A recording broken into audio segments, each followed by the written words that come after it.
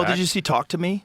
No. Talk to Me, the horror movie? No. It was great. These two guys from Australia, they were hilarious. These two brothers, they came in and they talked to me about it, but they were making YouTube videos. Yeah. And What's their name again? It's called Talk to Me, right? No, what's the creators' names? Jamie will pull it up. Brothers, Michael and Danny Philippou. Okay. So they're so funny. They were on the podcast. What's their Both YouTube of them channel, speak like though? a million miles an hour. Yeah. I can't think of their channel. They're the Raka. Yeah, of course. Yeah, I've That movie is great. Have you seen it? You no, I haven't seen it. No. It's really good. It's really scary, and it's very original. Wait, when did you have the Raka brothers on? A couple years ago. Oh, right? Really? 2 years ago? Yeah, they talk fast as hell. Dude, they're just I'm know. like trying to corral them. It's like, hey, I don't know what the fuck you're They're super cool guys. Last time I hung out with them, weirdly enough, they're really into Uno, and I like competitive games, and I played $1,000 game of Uno against some of them, and so we filmed it for like a little short for them. And I lost, and I was like, okay, well at least this will be funny. And then after they leave to like go back to Australia, they're like, fuck, the SD card's corrupt, and I was like, oh, what? So we didn't even get to upload it. So, but it was just funny because it was like we had this like mini set, and we were playing like a really intense game of Uno where we were like slapping cards down. SD card's corrupt. Yeah, That's crazy. I know, it was like wild, and like we were like flipping desk and like going, like we were just the most batshit game of Uno you've ever seen, and it's just funny. The kids game like taking over top. Yeah, those guys are super cool. Well, they made a movie about a hand. And so it's like this ancient hand that it looks like a sculpture, and it's got all this weird cryptic writing on it. And if you put your hand on it, you hold on to it, and you say, talk to me. Like all of a sudden you get possessed by something. And you're supposed to let go within a certain amount of seconds. And if you let go within a certain amount of seconds, you're okay. But somebody doesn't. Somebody doesn't let go. And it's I don't want to say anything more. Okay. It's really good. Is it like scary or Yes. just medium? Okay. Yeah, it's a horror movie. All right. It's fun. Okay. It's really good. My fiance loves horror films, so You'll love it. It's Yeah. really well made. And it was like, when I saw it, I was like, this is crazy. These guys, like super young guys, just energetic, enthusiastic, creative Yep. guys, just figured out how to make a horror movie. Yeah. And it's all done in Australia. So it's like everyone's driving on the wrong side of the road, and they're all Australian people. So it's like you don't have to have famous actors to make these amazing Nope. movies. Yeah. It's like it's not really necessary. Well, like the Backrooms, I think the director, I think he's like 20 years old or whatever. I mean, very, very young. And I think it just crossed 100 million. and Obsession, same thing, right? Yeah. Yeah, I think they're a little older, but yeah, in their 20s, YouTubers. And they make like Curry, like just the silliest, goofiest like skits on TikTok and Instagram Reels. And now, and then you watch Obsession, it really is like one of the best movies I've seen in a while. And it's just like hilarious to see like the jump. But when you look backwards, it's kind of like Steve Jobs says, it's hard to connect the dots going forward, but you can connect them looking backwards. When you look back at his skits, they were very well shot and very, beautiful. And you can like kind of connect in your dots. I can see how this person made hundreds upon hundreds of these like little scenes on TikTok and Instagram, and then that led to being able to compile a bunch, and it was like essentially practice for the movie. And it's just cool to see the progression of so many directors going over. And what's interesting though is, when you see these things happen, there's obviously a delay, right? Because producing films takes sometimes years. And so like now that you see all these hits, bang, bang, bang, coming out of the creator space over in traditional Hollywood, then you're not going to see the fact 6 months from now, but 18 months from now, I would bet money you're going to see dozens of other movies, made by creators. And obviously these people are going to get more funding. And because now everyone's eyes are being open to like what should have been open a while ago, but that this is what people are watching now. Like especially people under the age of 30, they grow up watching YouTube, and they're spending 2 hours a day flipping through sub 60-second vertical feeds of TikTok Reels and shorts. And this is culture for them. This is their world. Like Yeah. I don't watch, besides Christopher Nolan. Like I'm not really going to a movie theater for anything. But when a creator drops a movie, I'm like, okay, like I want to see what they did. I always want to see what new innovators are coming up with. Like people that are just like thinking outside the box, they're not trapped in that sort of a weird world of like how to make a successful film. Yeah. They have a creative vision. They're just trying to Exactly. follow it out. And people are not limited to whatever genre you know them from. Just because someone makes like funny TikTok reels doesn't mean they can't make a great horror film. Exactly. But think about like Jordan Peele, right? Key and Peele made this comedy sketch show, and then all of a sudden he makes these, like Get Out, and you're like, what the fuck? It seems like comedy sketches is the gateway to great horror films. I mean, I'm sure people have connected that dots. I'm probably like 2 years late to saying that, but I never even realized that. But yeah, Key and Peele, Curry, Baker, a bunch of the other people. So funny. Well, it seems like if you're creative, you can be like most people have a variety of things that are interesting to them. You like comedy movies, you like horror movies, and just because you make comedies doesn't mean you don't have some good ideas about something that's absolutely terrifying. Yeah, and I wonder too. I feel like horror films, it's a little easier to do it on a smaller budget because it's like a lot of it is like the unknown, and you're not necessarily having to show it and suspense and stuff. Whereas like you don't really see like. I can't really think of like a sub like $2 million action film that like really crushed, because like obviously those are very expensive. So it seems like also a good place where you can make something like the difference between $100 million horror film and like a $10 million horror film. I would argue honestly really isn't that big, like, because it's well, it more depends on what you're doing, right? But it's so like what makes it good is the premise behind it, right? Like the tension, and like if the thing that's scary, it like makes you feel that way, but like feelings aren't directly correlated to money spent. And like, you know, you could have like this monster that doesn't appear to the end, and you don't need to like CGI it throughout the whole thing. But if you tell the story in the right way and the constant tension, you can feel like phenomenal throughout the whole thing. Yeah. And a lot of the older films that didn't have the kind of special effects that they have today in terms of like CGI, like there was something better about not seeing the monster. Like American Werewolf in London, it's the best example. You barely see it. You see it for like literally a half a second, a few times in the early parts of the movie. I haven't seen the movie, but oh, you haven't seen it? No. Oh my God, it's amazing. Speaking of not seeing a movie, I did watch Ex Machina after the last podcast. How good is it? it? Yeah, it was really good. Really You know, good. honestly, I was like, it's probably silly, but I'll watch it because, you know, Joe told me it years ago. I loved it. I didn't realize it was that good. Like, It's one of my top 10 all-time Yeah, favorite movies. it's so Also good. because it's coming.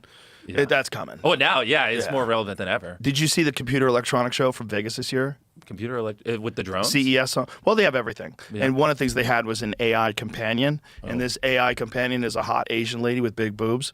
And Lovely. the lips don't sync up with the mouth, which is with the way the sound's coming out, but it's talking to you in AI. Yeah. So it literally can have a back and forth conversation with you, just like Perplexity can. Yeah, or ChatGPT or, Yeah, or and Gemini. it's doing Yeah. it with a voice. Yeah. So with a hot voice. I mean, and it's like, that's coming, dude. well, of course. I mean, the language model's already there, right? Yeah. You can open up Gemini right now and talk to it like a normal human. Yeah. And if you just tell it to respond quick, it will talk to you. And it'll normal. talk to you with slang. It'll talk Exactly. to you and say that part. Like it'll Yeah. say it'll. Well, one thing it's funny.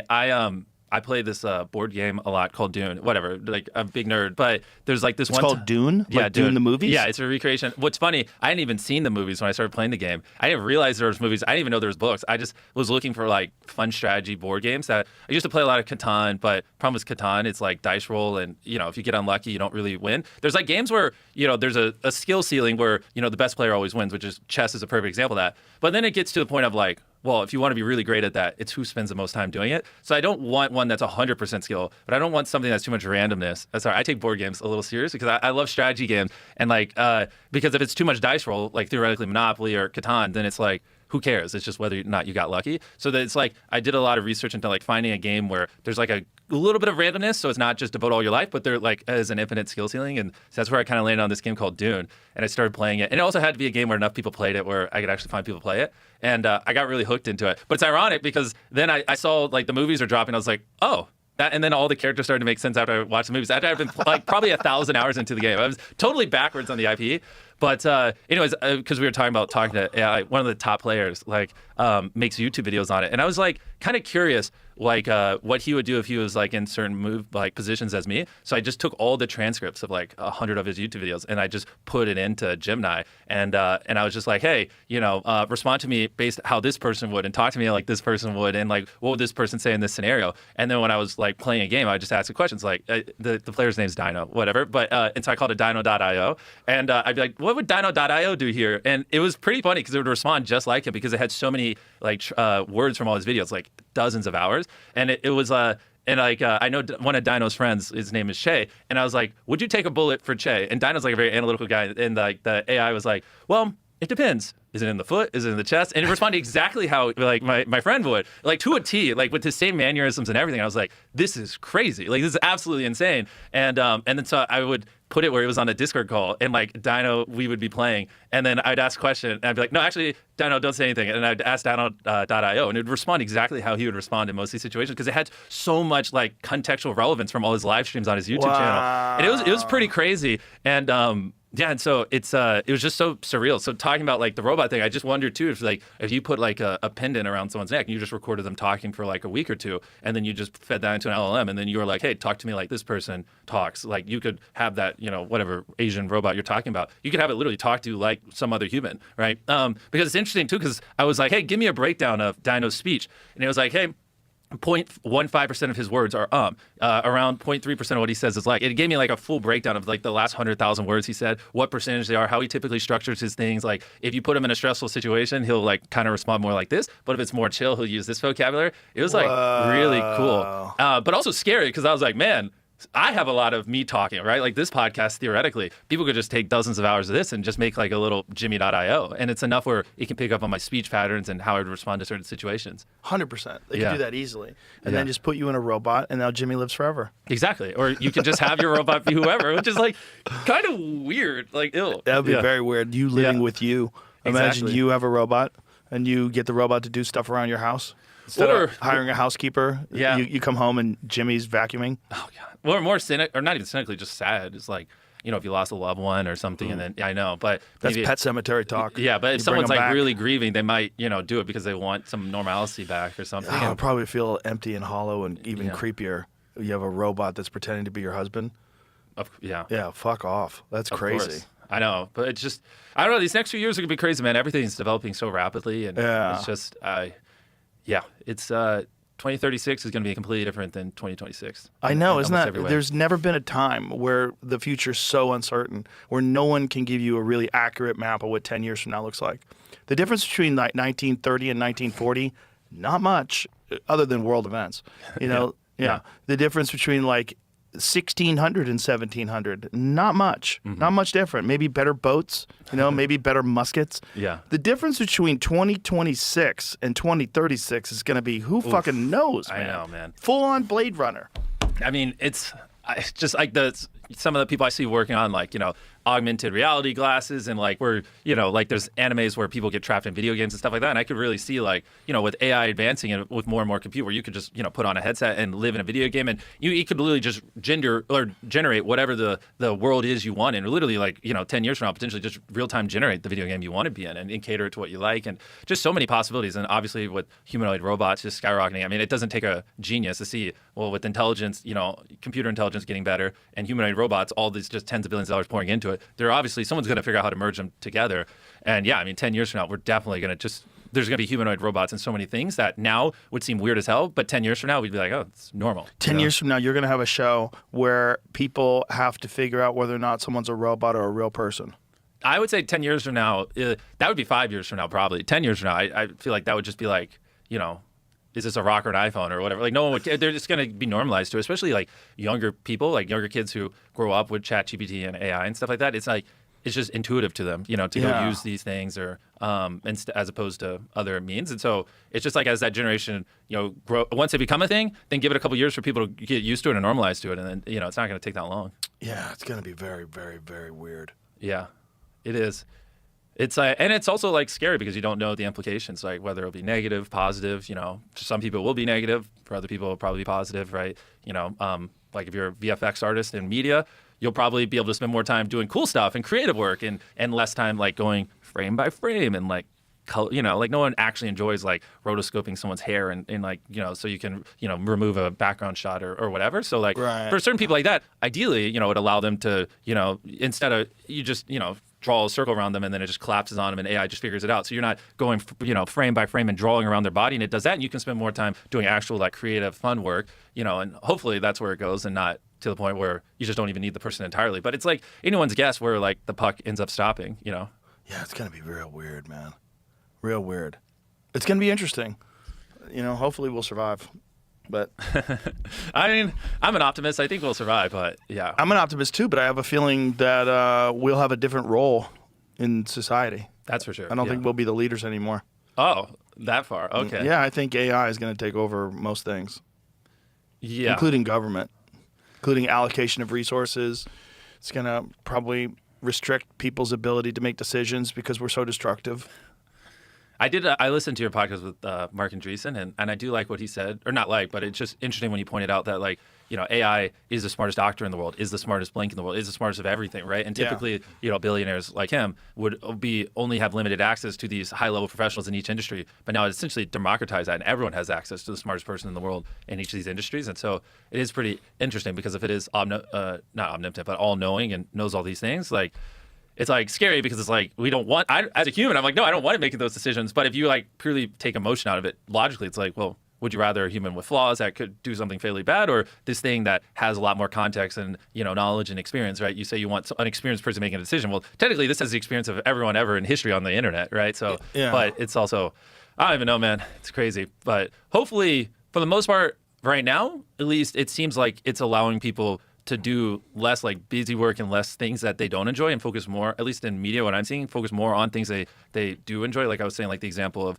not having to roto every single frame on a body, or, being able to pre-visualize scenes or whatever. So it's like, it seems, and everything I'm seeing, and maybe I live in a bubble on Twitter, it seems like it's not killing that many jobs yet, but. Not yet. Yeah. But it could. But the idea is that it could also provide so much wealth for everybody that we no longer have to think about money in terms of like you need food, you need shelter, like this is universal high income is Elon's concept. Yeah. He thinks that literally people are not going to have to work anymore.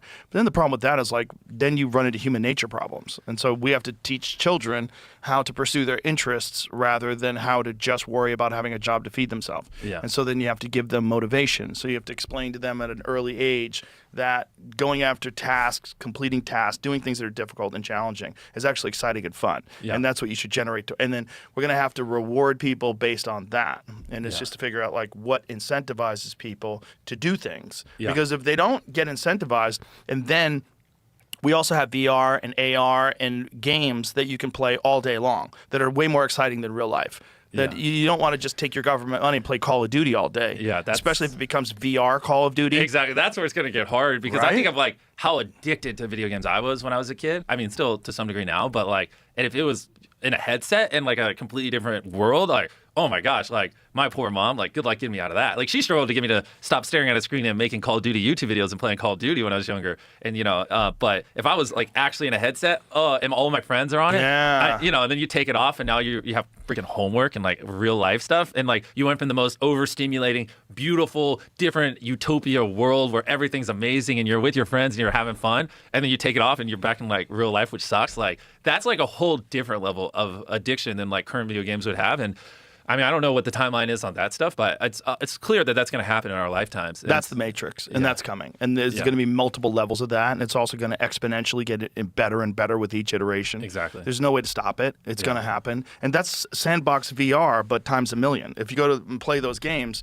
you're in a small room that's like a part of a giant warehouse where they have these things set up, and your room is, like 50 feet by 50 feet, and you move around in there and you do a bunch of stuff. But if this is an actual fucking warehouse, you have physical boundaries that exist, and then you're in a virtual space where as you're walking, it looks like the actual ground that you're walking on. Yeah. And you're involved. You won't be able to tell what's real and what's not real. And with those omnidirectional treadmills and stuff, when someone cracks the code, it's you've probably never heard of it, but there's a popular anime called Sword Art Online. It's where it's just a guy gets trapped in a video game and he lives his life through there. And I remember watching that when I was younger. And I remember like when I was really young, fresh off of watching that anime, I was like, man, I hope they figure this out in my lifetime. So when I'm like 80 years old, I could just put one of those on and just live in the video game. And it's like at first he's scared, but then he ends up loving it because it's just like everything's great. And so I think there's just well, the problem is like what's real and what's not real. Is it really important for things to happen physically in the real, air quotes, real world? Or will it be just as fulfilling to exist in these virtual worlds? I mean, I remember when I was younger, I would play like this game called Wizard 101. It's like World of Warcraft, like an MMORPG. And like, there are definitely times in my life, maybe there were short periods where like when I was a young kid, like my character in that game definitely mattered like pretty similar to like me in real life. Like I was really hooked, on that game. Yeah. And so like I could see it like, where people like look at people who've dedicated their entire lives to World of Warcraft. There's, probably hundreds of thousands or at least tens of thousands. And it's like, if you could recreate that same effect, people would feel that same way. Like well, if I'm 90 years old and I'm bedridden, like, I don't care. Put that headset on me. Like, I'm done. Let me just live it out in here. Someone come in, stretch my limbs every couple of days. Like, put an IV in me. I don't even want to take the headset off to eat. Well, then there's a question of, is that already happening right now? So if a simulation exists and it's so good that it's impossible to differentiate between the simulation and real life, and there's a lot of people that are very intelligent people that believe we are inside of some sort of a simulation currently. Yeah. Elon's one of them. He said the odds of us not being in a simulation are in billions. Really? Yeah.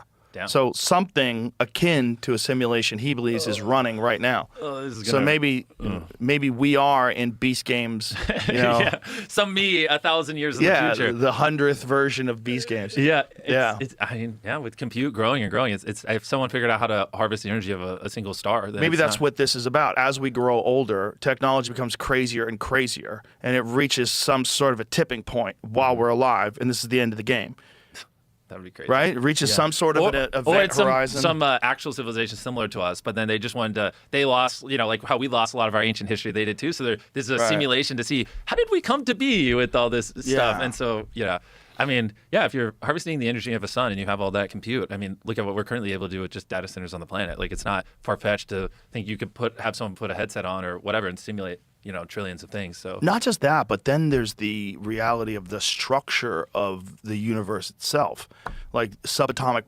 particles acting differently when they're observed with the versus double not slit observed. experiment, yeah. Yeah, so it's like, okay, what effect is consciousness having on reality itself?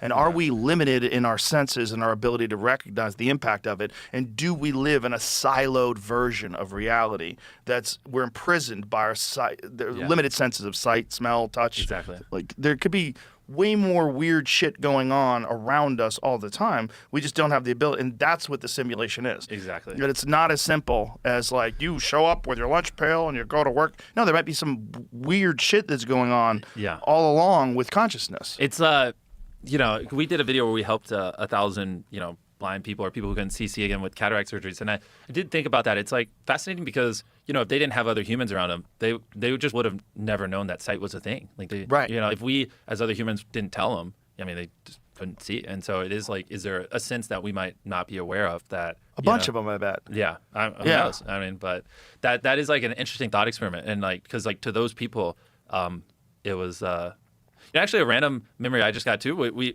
also did a video where we helped 1,000 deaf people hear again, and a lot of them it was just giving them like really really advanced hearing aids, so that and they just hadn't heard in years.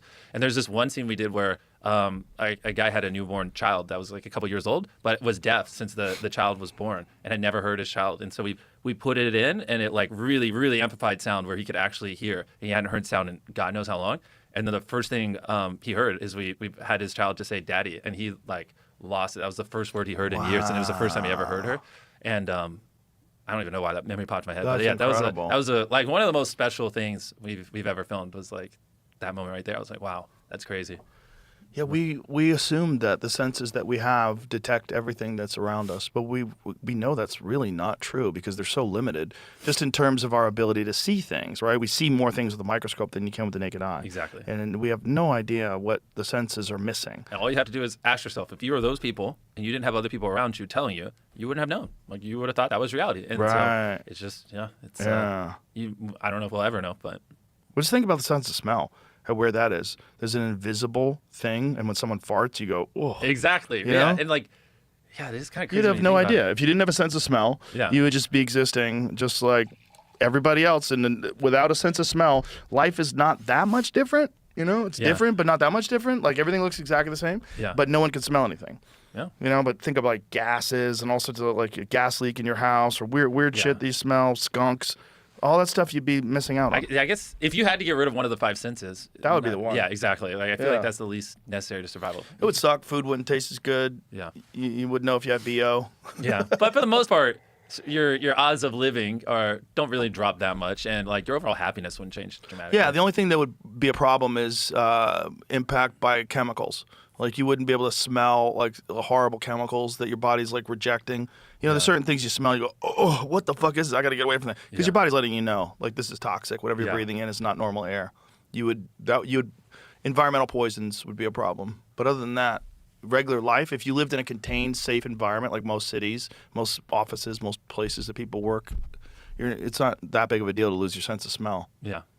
You know what's it's funny because on the car ride over here, I was listening to the podcast we did 4 years ago, and it's like essentially like the entire podcast. I was way younger back then. Was all about like YouTube data and analytics. I don't know if you remember that. And it's like I do like one thing I've noticed. It's interesting because like I started making videos when I was 11, so my entire life is on the internet, right? And like my puberty, every development and stuff. And I look at our old podcast, and like it is so like brutal. Like I have borderline like autism on like this one subject, and it's like I was so one dimensional back then because I was just young and I'd only ever done one thing. It's just so interesting because it's like if someone were to theoretically search MrBeast Joe Rogan and they, if they clicked on either one of these podcasts, it'd be two completely different experiences. Right. Well, you look differently. Yeah. I mean, you look great, man. I was saying before the podcast, you look fantastic. You lost weight. You look really healthy. Thank you. Yeah, I was telling Joe before the podcast I lost 50 pounds between the last one and this one.